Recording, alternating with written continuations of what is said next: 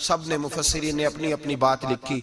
मेरे उस्ताद गिरामी यहाँ फरमाया करते थे, ओ भाई अगर तू दुनिया में अपने बेटे को धूप में बैठा देखे तो तेरा दिल फट जाता है, ये धूप में क्यों बैठा है, इसको शिर्क से बचा, शिर्क अकबर से भी बचा, असगर से भी बचा, खफी और जली दोनों किस्म के शिर्क से बचा। दुनिया में तेरा बेटा धूप में हो तुझसे बर्दाश्त नहीं होता, बता अगर तेरा बेटा जहन्नम में गया तो तुझे कैसे बर्दाश्त होगा, आग में जलता हुआ तुझे। इसे अल्लाह से जोड़ दे, इसे रसूलुल्लाह सल्लल्लाहु अलैहि वसल्लम का गुलाम बना दे। मेरे नबी करीम सैयद आलम सल्लल्लाहु अलैहि वसल्लम ने फरमाया, जब तेरा बेटा 7 साल का हो जाए तो उसे मस्जिद लेके जा, 3 साल तक लेके जा मस्जिद, 10 साल का नमाज ना पढ़े तो सजा दे, 3 साल तक खुद अपने हाथों से ट्रेनिंग दे, उसे मस्जिद ले जा, आदाब मस्जिद बता, उसे नमाज सिखा, तू खुद ले करके जा, भेजने का नहीं कहा। फरमाया जब बच्चा 7 साल का हो जाए तो उसे मस्जिद, बड़ी मेहनत करते हैं हम बेटे को बंगला देने के लिए, बैंक बैलेंस देने के लिए, दिन रात एक कर देते हैं, खुदारा से नमाजी बनाने की भी मेहनत करो। हजरत बाबा फरीदुद्दीन गंज शकर रहमतुल्लाह ताला अलैह की अम्मा कहती हैं, जब मेरा बेटा पैदा होने वाला था तो मैं रब की बारगाह में दुआ करती थी, अल्लाह अगर तू मुझे बेटा दे तो इस तरह का देना, बेटा मेरा हो पर बंदा तेरा हो। ऐ अल्लाह अगर बेटा देना तो इस तरह का देना, मेरे अल्लाह इस तरह की मुझे औलाद देना कि दूध वो मेरी छाती से पिए पर शुक्र तेरा अदा करे। ऐ अल्लाह अगर बेटा देना तो इस तरह का देना कि कुव्वत रोटी रोजी वो जमीन पे खाए लेकिन इसी जमीन पर वो तेरे दीन का सिपाही भी बने, वो मुजाहिद फी सबीलिल्लाह भी बने। हजरत बाबा साहब कहते हैं मुझे शक्कर पसंद थी, अम्मा बड़े जतन करती है बेटे के लिए, बड़ा कुछ करती है, और बेटे रोटी टाइम पे खाना फला का, कहते मुझे शक्कर पसंद थी। मेरी अम्मा सर्दियों के ठंडे मौसम में उठ के मेरे लिए पानी भी गर्म करती, मुसल्ला भी बिछाती, और फिर एक पुड़िया शक्कर की बना के मेरे मुसल्ले के नीचे भी रखती, कहती बेटा नमाज पढ़े तो अल्लाह शक्कर देता है। आप फरमाते हैं मैं रोज नमाज की 5 नमाज़ों के वक्त मुसल्ला उठाता तो पुड़िया शक्कर की मिलती। स्कूल और मदरसे के मैं अपने क्लास फैलों को भी कहता नमाज पढ़ो बड़ी प्यारी शक्कर मिलती है, कहते मैं रोज शक्कर खाता।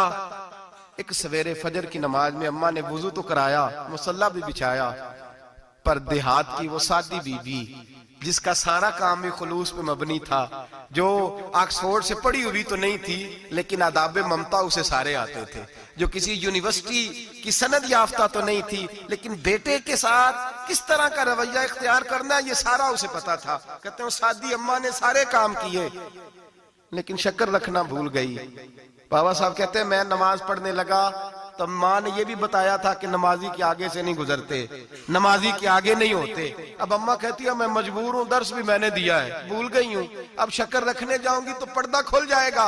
एक कोने में लग के माँ रोई, बेटे की शिफा के लिए नहीं, बेटे की नौकरी के लिए नहीं, बेटे के अच्छे मुस्तकबिल के लिए नहीं, माँ रोई, आंसू बहे तो कहती क्या है, ऐ अल्लाह मैं इसे अपने आगे झुकाने को जतन थोड़ी करती थी, तेरा बनाने का जतन करती थी। ऐ अल्लाह मेहरबानी फरमा मेरी पर्देदारी कर, अगर राज खुल गया तो मेरा फरीद नमाज ना छोड़ जाए।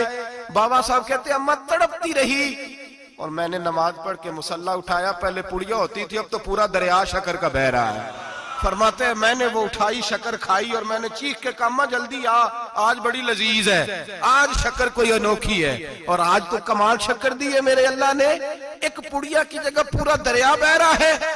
बाबा साहब रहमतुल्लाह अलैह फरमाते हैं मेरी अम्मा आई और मेरी अम्मा ने बाजू खोले तो माँ की ममता ही बताती है कि अल्लाह की रहमत किस तरह की होती है। कहते मैंने अम्मा के सीने से लगा तो अम्मा रो के कहने लगी बेटे पहले मैं शक्कर देती थी, आज शक्कर बनाने वाले ने शक्कर अता फरमाई है।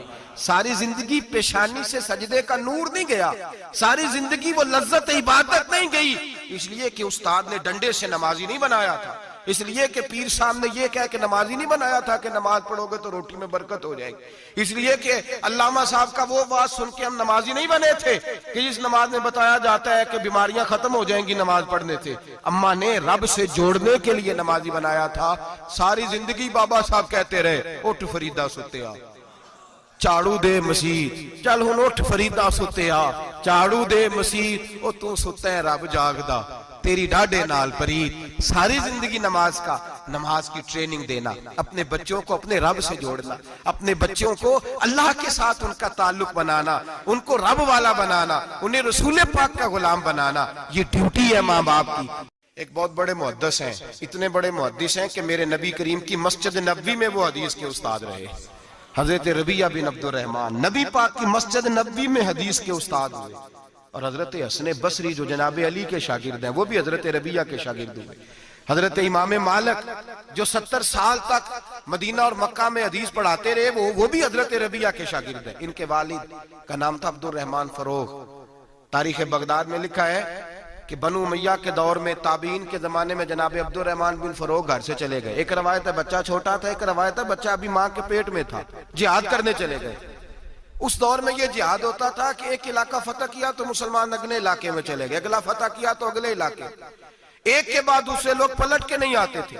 हजरत अब्दुर रहमान गए, 30,000 दिनार बीवी को दे गए, कहने लगे संभाल के रखना। और जिहाद करने निकले तो 27 साल तक घर ही नहीं आए, और 27 साल के बाद आए तो हजरत रबिया मुहद्दिस बन चुके हैं, मस्जिद नबी में हदीस के उस्ताद हैं, बेटा बहुत बड़ा शेख बन गया। वापस आए, हाथ में नेजा है, काली दाढ़ी थी सारी सफेद हो गई, वजूद बड़ा तगड़ा था, कमजोरी आ गई। आए, नेजा पकड़ा हुआ है, घोड़े पे बैठे हैं, मदीना मुनव्वरा में घर है, दरवाजे पे दस्तक दी। हजरत रबिया ने दरवाजा खोला, अंदर दाखिल होने लगे तो कहने लगे बाबा तू किधर घुसता आ रहा है? किधर? उसने कहा तू पीछे हट, तू मेरे मकान पे कब से कब्जा करके बैठा है। बात तेज होने लगी, आवाज थोड़ी बुजुर्गों की बुलंद होने लगी तो अंदर से जौजा ने सुन लिया। वो दरवाजे की ओर से देखने लगी तो पहचान गई, कहने लगी रबिया पीछे हट जा, ये कोई गैर नहीं है, तेरे वालिद गिरामी है, ये तेरे वालिद हैं। अंदर आए, बाप बेटा मिले, असर की नमाज का वक्त हो गया, बड़ा रोए। 27 साल के बाद बाप लौटा, 27 साल के बाद बड़े रोए। नमाज का वक्त हुआ तो हजरत रबिया जल्दी से वुजू किया, मस्जिद नबवी शरीफ चले गए। जनाबे अब्दुर रहमान फरोग ने अभी खाना वाना खाना था, खाना खाने बैठे तो हुक्म देखे शौहर क्या करता है। ये नहीं पूछा कि 27 साल हाल क्या रहा, पूछने लगे मैं तुझे 30,000 दिनार दे गया था, वो किधर है? तो ज़ौजा कहने लगी खाना खा लो, असर की नमाज पढ़ के आओ, फिर बताती हूँ पैसे कहाँ हैं, आपकी रकम बड़ी अच्छी जगह पे महफूज है। कहते मैं नमाज पढ़ने मस्जिद गया, असर की नमाज के बाद मेरे नबी पाक के मिंबर पर एक नौजवान बैठा है। घर में तो उनका अंदाज टोपी पहनने का था ना, सादे आम लिबास में, मस्जिद नबी में जुब्बा पहना है, सर पे इमामा है, खूबसूरत लबो लहजे में रसूलुल्लाह के मिंबर पर बैठकर, नबी पाक के मिंबर पर बैठकर, पता नहीं आपको इस बात की लज्जत नसीब हो रही है कि नहीं, आम जगह नहीं, नबी पाक के हुजूर के मिंबर पर बैठकर नबी पाक की हदीसें सुना रहे हैं, इतना बड़ा मुकद्दर। कहते हजरत इमाम मालिक जैसे लोग, ख्वाजा हसन बसरी जैसे लोग कागज कलम लेके हदीसों की समाअत कर रहे हैं, उनसे दर्स ले रहे हैं। जनाबे अब्दुर रहमान कहते हैं मेरी नजर उठी, कुछ बूढ़ा हो गया था, कुछ उस वक्त वो टोपी में सादे लिबास में थे, पहचान ना पाया। एक शख्स से पूछा यार है तो जवान पर इसके चेहरे की नौरानियत मेरे दिल को भा गई है तो जवान पर इसका हदीसें बयान करने का अंदाज मेरी तबीयत को घायल कर गया। ये कौन है जो नबी पाक की मस्जिद में बैठ के हदीसें बयान कर रहा है? तो कहते इमाम मालिक कहने लगे बाबा जी चुप कर जाओ, हमारे उस्ताद के बारे में ऊंचे लबो लहजे में बात ना करना, देखते नहीं कितने कितने लोग बैठे हुए खामोशी से। तो मैंने कहा मुझे भी तो बता दो ना है कौन? तो कहने लगे कोई अब्दुर रहमान फरोग नाम के बुजुर्ग हैं, ये उनके बेटे हैं, रबिया नाम है। कहते हैं जब लफ्ज कहे तो मेरे आंसू छलक के बाहर आए और मैं हुजूर की मस्जिद में गिर गया और रोने लगा कि यहाँ और मेरे रसूल पाक सैयद आलम सल्लल्लाहु अलैहि वसल्लम के मिंबर पर और मेरा बेटा। कहते मैं तड़प के घर गया और घर जाके मैंने अपनी बीवी को जब देखा तो मेरे आंसू निकल गए। मेरी बीवी समझ गई कि ये मेरे मुहद्दिस बेटे को देख आया है। कहते हैं बीवी रो के कहने लगी मैंने आपके 30,000 दिनार आपके बेटे को मुस्तफा करीम की हदीस का उस्ताद बनाने में खर्च कर दिए। मैंने वो 30,000 दिनार खर्च कर दिए, 30,000 दिनार आपका बेटा मैंने। तो कहते हैं मैं अपनी बीवी की तरफ देखने लगा, मैंने कहा कुर्बान जाऊं, मैं अगर अल्लाह के दीन के रास्ते में था, तूने मेरे साथ नेकी की है, मेरा बेटा भी दीन के रास्ते पे लगा दिया। मेरे भाई अल्लाह से जोड़ा, अल्लाह से जोड़ा उन लोगों ने अपनी औलाद।